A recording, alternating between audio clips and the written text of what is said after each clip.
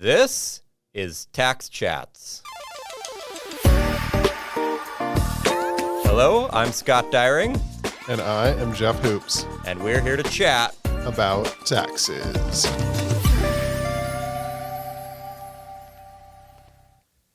Hello, everybody, and welcome to another edition of Tax Chats. I'm Scott Dyring, professor of accounting at Duke University, and I am joined once again by my colleague and friend and tax museum curator, Jeff Hoops. Hello, Jeff. Here I am.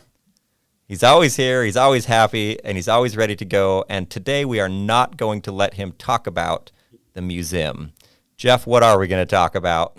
We are going to talk about the Tax Reform Act of 1986. So just a little bit of tiny introduction. So if you remember back in 2017, Congress passed the Tax Cuts and Jobs Act. And as we were passing that act, it was widely said that this is like the biggest tax reform since 1986, since the Tax Reform Act of 1986.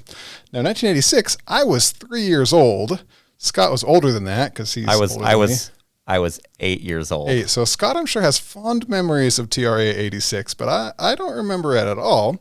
And so we thought it'd be useful to actually bring somebody who was kind of a player on the scene in 1986 and can answer some questions we have about TRA 86. And so we have with us Ken Kies. Ken, can you introduce yourself?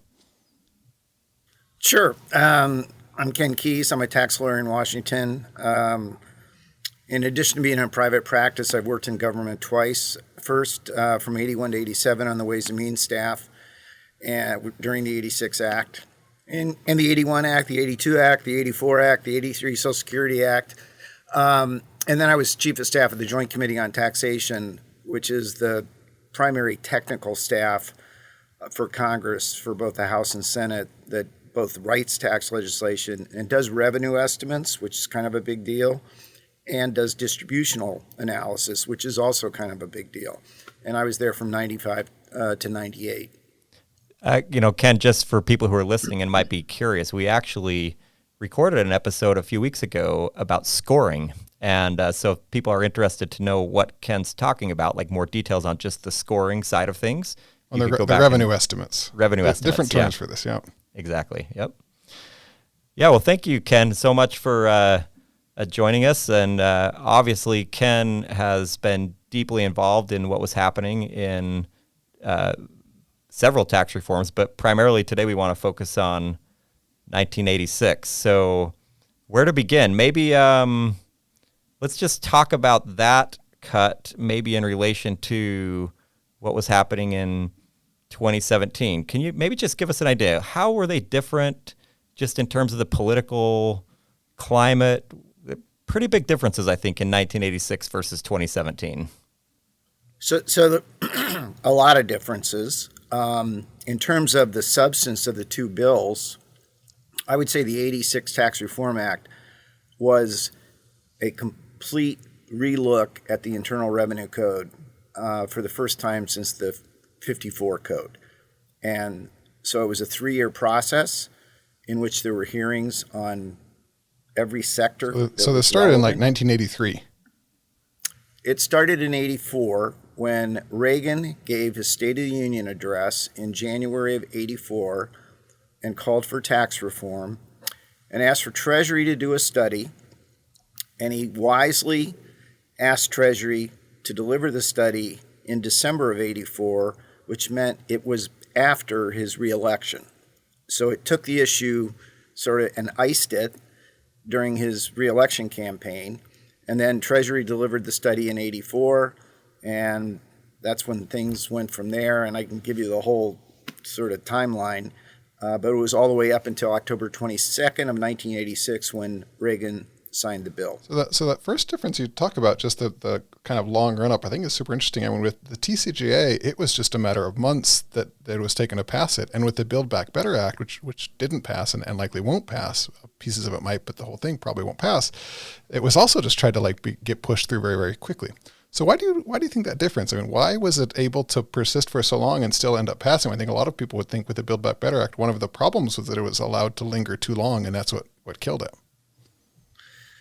Well, there's a lot of different views about that. Some views about Buildback Better is it was a bunch of it's not the tax part that's controversial about Build Back Better for the most part. Now, it's the spending parts. Now, the initial tax proposals were controversial because they were increases in individual rates and corporate rates.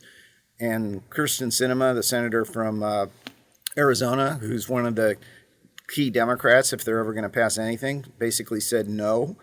So what the Ways and Means Committee and the House ultimately passed last fall, those tax provisions, while they're not insignificant, other than minimum book tax, which is controversial, it's not that's not a source of a lot of controversy. It's the social spending side, and it's not just the social spending side. It's the fact that it's coming on the heels of a $1.9 trillion stimulus bill that was passed last March, and a $500 billion to $1 trillion, depending on how you count it, infrastructure bill that was passed last fall.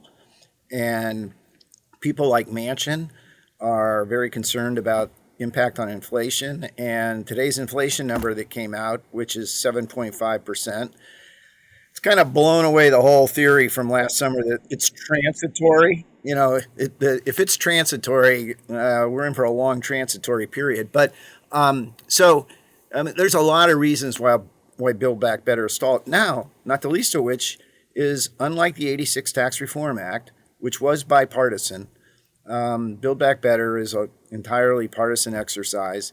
And one lesson people learn around here early on is it's hard to pass major pieces of legislation, no matter what the subject matter, on a totally partisan basis. And even if you can pass it, the sustainability of it is not great because the pendulum swings back and forth, and parties in control of Congress, sometimes they go out of control.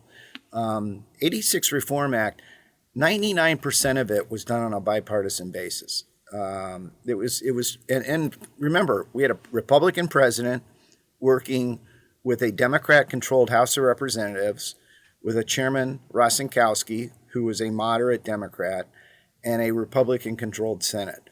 So if anything was going to get done, it had to be bipartisan. So would you say, I guess I'm just curious to get your feel or your perspective on the political climate, because it feels like in today's political climate, nothing happens in a bipartisan way, or I shouldn't say nothing. I know the infrastructure bill was, but it seems like very little bipartisan conversation. Was it just a different climate, or was the tax code so obsolete in the 80s that everybody agreed it needed to be changed? Well, I'd say it was both. I mean, you had a president, a Republican president, who led the charge to get it, and you had a Democrat-controlled House, and in particular, Rostenkowski was a key guy here, who wanted to make a deal. And the partisanship that exists today. So I tell people, I've actually been around Washington a long time, but I wasn't here for the Civil War. So my guess is things were even uglier then. But it's the partisanship today is very nasty. And what's happened over time is the ideological divide between, particularly in the House. The Senate's a little different, but in the House, the ideological divide has deepened because Republicans have gained seats, and they actually miraculously gained seats in the 2020 election when their presidential candidate was going down. But they've gained seats by beating moderate Democrats. Democrats have gained seats by beating moderate Republicans. And so what you've seen over a period of time is a wider and wider divide. But there's another divide. If you take the top three leaders on the Democrat side, Pelosi, Hoyer, and Clyburn, and compare them with the top three leaders on the Republican side, which is McCarthy, Scalise, and Stefanik, there's an 80-year age difference. 80 years. So there's not just an ideological divide, there's a generational divide. And I'm not even sure they speak the same language. So it's a different world in Congress today. And I'd like to tell you that on the horizon, I see bipartisanship coming back. but I Well, so don't. at some point, the age divide has to go away because it turns out people don't last forever, and they'll likely be replaced by younger people. Although sometimes with certain people in Congress, I'm starting to wonder if they do last forever. Yeah, they got some kind of special juice or something. Well, to your point, it is widely believed in Washington, and there's a long time between now and November 8th, but it's widely believed the Republicans will take control of the House. And it's widely believed that the 3 Democrat leaders, who I mentioned, will probably leave. Because if you've been in the majority, particularly if you've been in leadership in the House, and all of a sudden you're in the minority, it's rotten. Because unlike the Senate, where being in the minority, you still have a lot of power, in the House, the reality is the minority has very little power. So if I'm right about my predictions here, then you're going to have a whole new leadership group among House Democrats. It's widely believed that Hakeem Jeffries, who I believe is from New York, who's probably in his 40s, will be the next leader of Democrats. So we may see a generational shift on the Democratic side, which is frankly has been long overdue. No, go ahead. As we're just talking about these different acts, it might be useful just to talk about what exactly was in TR 86. So when we talk about the TCJA in 2017, for example, the biggest thing is the corporate statutory rate dropped. What were just some of the key components of TRA 86? Well, so TRA 86 was what people I would say describe as classic tax reform, which was broaden the base and lower rates.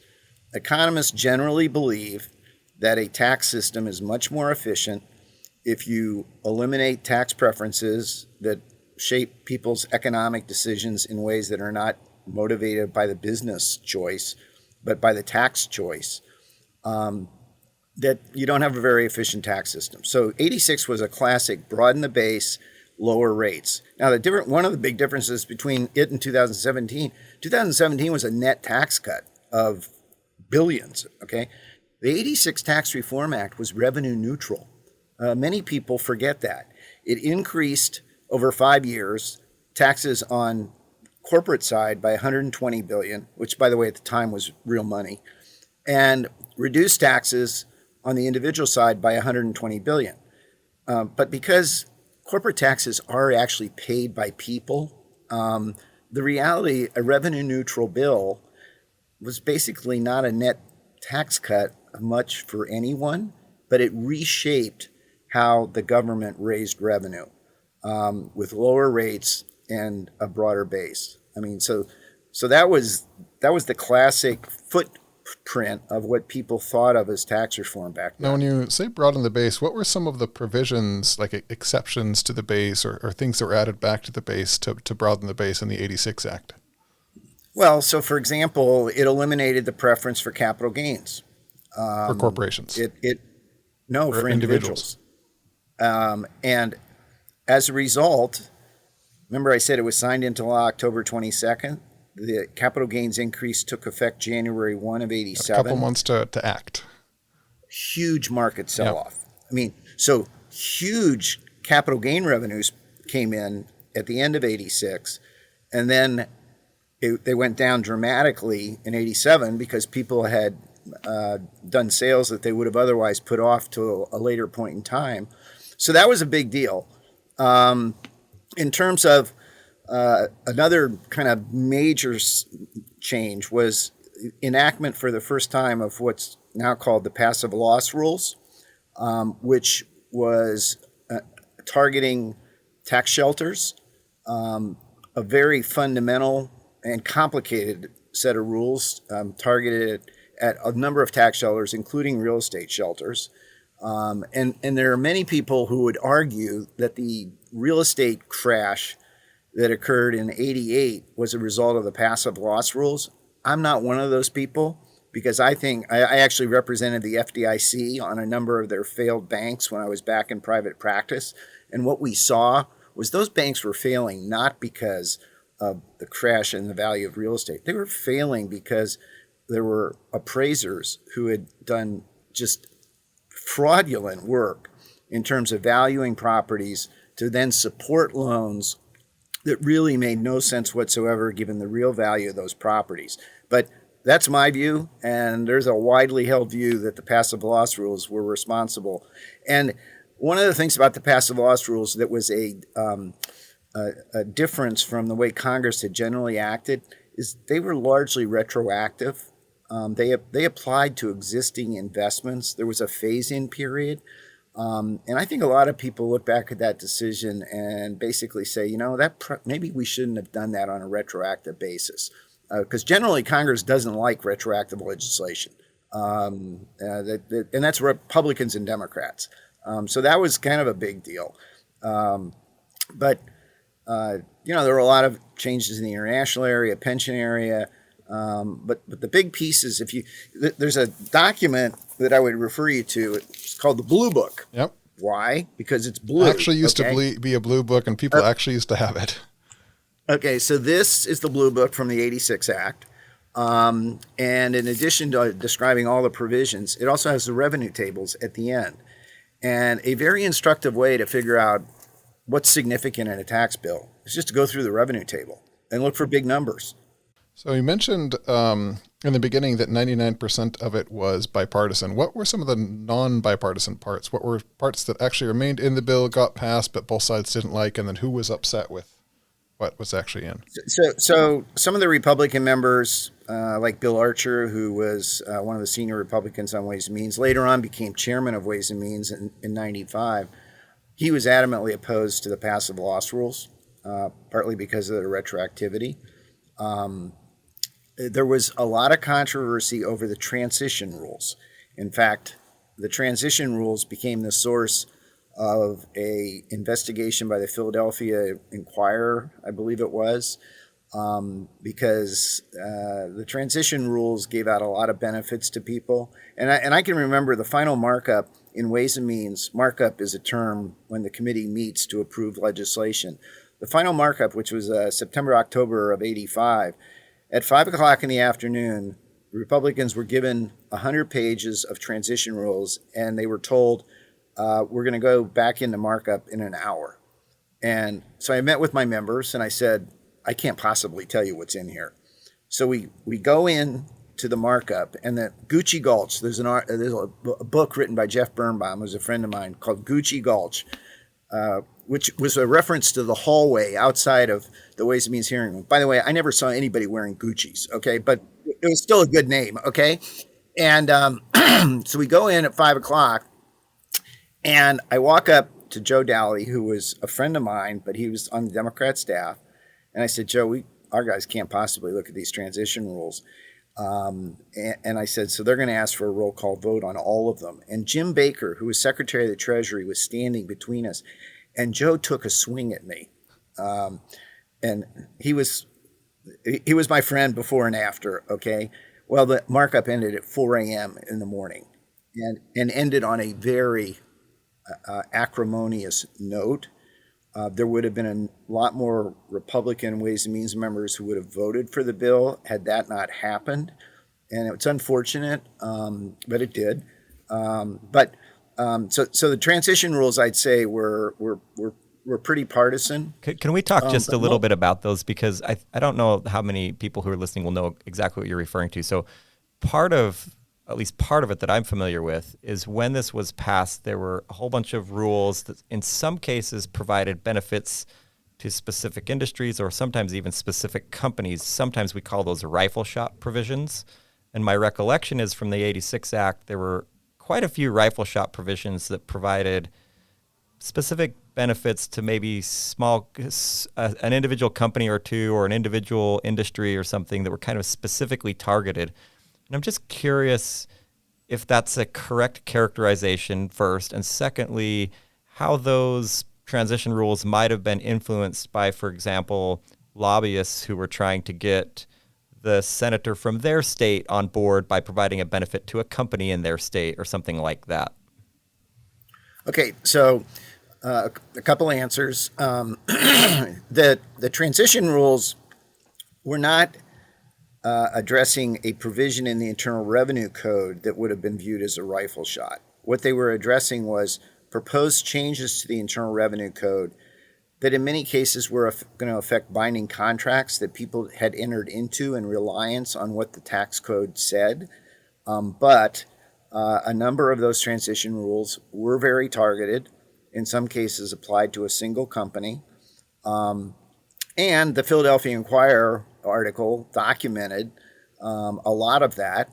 Are there interesting certain companies that we could talk about?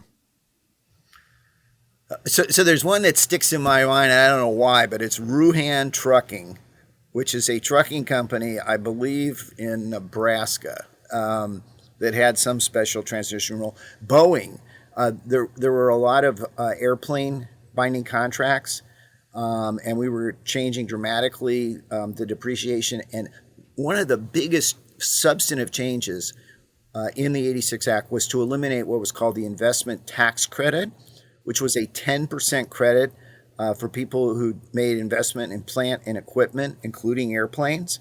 And there were a number of binding contracts that Boeing had, both to sell and to lease planes that were grandfathered as part of the 86 Act, and it involved billions of dollars. Now, if you're Boeing, you would argue, hey, I entered into these contracts based on what was we thought the law at the time, and so we should get grandfathered. Now, having said that, we were also lowering rates, which is a benefit. And we didn't have any taxpayers come in and say, I've got an income stream that I created before you proposed lowering the rates, and it wouldn't be fair for me to get the benefit of the lower rate on that income stream. So I'll be okay if you include a provision that says I keep paying the higher rate. We didn't have anybody show up and make that argument. I don't know why. It just didn't happen. Okay. So there's a lot of arguments back and forth over whether transition rules were good, bad, good policy, bad policy.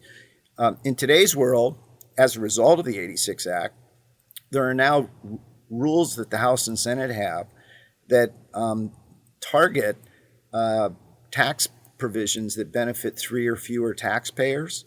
And there's actually a process by which the Joint Committee on Taxation has to identify if there are such provisions, so it's disclosed. Now, sometimes those get disclosed and people go, you know what, they have a great argument, so it's fine. But the 86 Act did create enough of a controversy over transition rules to cause the process to be more transparent, which is probably a good thing. And did that change, lobbying was clearly a part of this bill. How much, just talk to us about lobbying in 86 maybe versus what you perceive it might be like today. And because we had so much time, we can remember. It's just so long to try to influence a thing. Yeah, I don't think lobbying's really changed that much. Unlike a lot of industries that try to do things with algorithms or try to do things online, lobbying is very much a person-to-person exercise. And at least in the tax world, the people that tend to be effective about it, particularly on technical issues, are tax experts. Because the people on the Hill are tax experts. And if some person comes in and essentially is BSing them because they really don't know what they're talking about, it's obvious immediately. I actually don't think lobbying's changed all that much. During COVID, by the way, which we're kind of still in, at the beginning of COVID in March of 2020, I thought this is going to really make things difficult in terms of being able to deal with people on the Hill. It turned out to be the exact opposite because everybody was working from home and they had more time and they weren't in their offices. They weren't meeting with constituents. To complete amazement of me, it was the exact opposite. People were more available, not less. So I don't really think lobbying's changed all that much. Although I will say there's more grassroots efforts that occur that are orchestrated. And this is going outside the scope of this discussion, but it's relevant to what's going on right now. There's going to be a Supreme Court nomination. 20 years ago, you did not see millions and millions and millions of dollars spent on essentially grassroots, and they call it grassroots, but some people this was Lloyd Benson, who was chairman of finance, referred to it as AstroTurf because it's fake grassroots. But you now see, millions of dollars spent on this Supreme Court nomination, which 20 years ago would have been unheard of. But in the tax lobbying world, I don't think really things are a whole lot different from when they were in '86. Although people are a little more sophisticated at trying to do revenue analysis of provisions. If you go into a member of Congress today on the tax writing committee and say, "I've got this great idea," almost the first question out of their mouth was, "How much does it cost? And has the Joint Committee on Taxation done a revenue estimate?" So there's a much more of a focus, and that really began as a result of the '74 Budget Act. Which for the first time actually required revenue estimates to be done. Prior to the '74 Budget Act, tax legislation was done, and the revenue estimate of it wasn't done until after it was enacted, if you can believe that. So revenue estimating and distributional analysis have become an integral part of the tax legislative process. In '86, revenue estimating was pretty robust. Distributional analysis, not much at all. Today, it's a big deal. So to follow up on something else you said, so you mentioned kind of this whole process started with the Reagan speech, State of the Union speech. My understanding is Reagan had some kind of role in this effort, like throughout, if only as a cheerleader. How would you compare and contrast Reagan's involvement in the tax reform in 1986 with Donald Trump's involvement in 2017? So, as you point out, Reagan led the effort and was a cheerleader, and actually met with Rostenkowski, met with Tip O'Neill. He and Tip O'Neill were actually buddies. How well do you think he actually understood the tax details, Reagan? Well, I'd answer the question this way: how well do you think most members of Congress understand the tax details? Not much, because they're not tax experts. But Reagan, I actually met with Reagan a number of times, including at the Reagan Library. And Reagan had sort of these fixed points that had guided his philosophical view of things his entire life. And one of them was lower tax rates are a good thing. And so when the Treasury Department went to him and said, "We want to do tax reform," and I'm sure he said basically, "Well, what do you have in mind? Lower the rates, broaden the base." I'm sure Reagan probably said, "Sign me up," because that fit his philosophy, and it fit his life experience, because in the 50s, he was in the movie industry, and we had a top rate of 90%, which was coming off of World War II. We had a top individual tax rate of 90%, and his buddies in the movie industry would work up until they hit the 90% tax rate, and then they wouldn't work for the rest of the year. And you can understand why. Who works for 10 cents on the dollar? Okay. So Reagan's view of things was impacted by his own life experience. But was he working integrally or intimately on the passive loss rules? No, not at all. But really, that's not the job of president. Yeah. How would you view his involvement compared to Donald Trump's in 2017? Okay, so Trump sort of defies the mold on everything. Now, having said that, he had a very good relationship with who was the then Secretary of the Treasury, Mnuchin. And Mnuchin was one of his closest advisors. And Gary Cohn, who was in the White House, was pretty close to Trump, even though Gary's a Democrat, although Trump used to be a Democrat. So party labels maybe didn't fit people in that whole world. But again, Trump wasn't like sitting there going, in the case of Trump, he was adamant about certain things. He wanted the corporate rate at 21%. He was adamant about it. Had it not been for his insistence on that, it would have never gone to 21. It would have been probably 25. The Democrats were prepared to go as low as 25. But on big picture items like the corporate rate, that was clearly driven by Trump. But on the details, like the international area in the 2017 Act, is enormously complex. I can guarantee you Trump didn't have anything to say about that. So, again, President of the United States, it isn't his job to be writing tax legislation. Yeah, this is it's really interesting to think about that because it just feels like we had people on board in 86, and in 2017 it was, let's just slam this through, is what it felt like. And that maybe is a crude characterization, but I do think it kind of comes across that way. Ken, we're quickly running out of time, but I'm wondering if you have any last things that maybe you might want to share with us about your experience in 86 and or any words of wisdom going forward. Well, I guess what I'd say is the one thing about the tax code is it's never permanent, and it changes in response to changes in the economy. One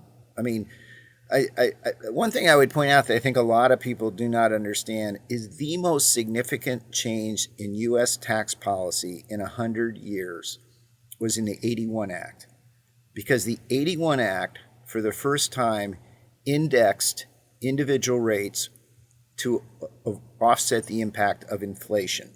Now, you guys are not old enough to remember the last time we had serious inflation, but it was, we were in the 7 and higher in 82 and 83. In August of 1980, the prime rate hit 21.5%. The Treasury borrowing rate hit 11.1. Just by reference, the Treasury borrowing rate today is 2. The prime rate is more like, 4 or 5, although the Fed is going to take it up.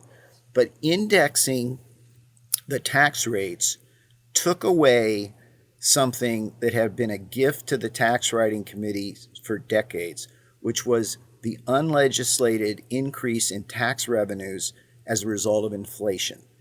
And that's why there were a lot of tax bills passed on a bipartisan basis in the 70s and the 60s, because Congress had all this money flowing in that they could then give away and act like they were doing people a favor, and they were just giving them back the money that they had taken from them through inflation. 81 Act index rates and cut off that inflationary bonus. And that kind of changed the whole dynamic. It's part of the reason the 86 Act was revenue neutral. Of course, the 81 Act lost a lot of revenue. The 82 Act brought back $98 billion of it. The 84 Act brought back $50 billion of it. But the 86 Act was revenue neutral. Some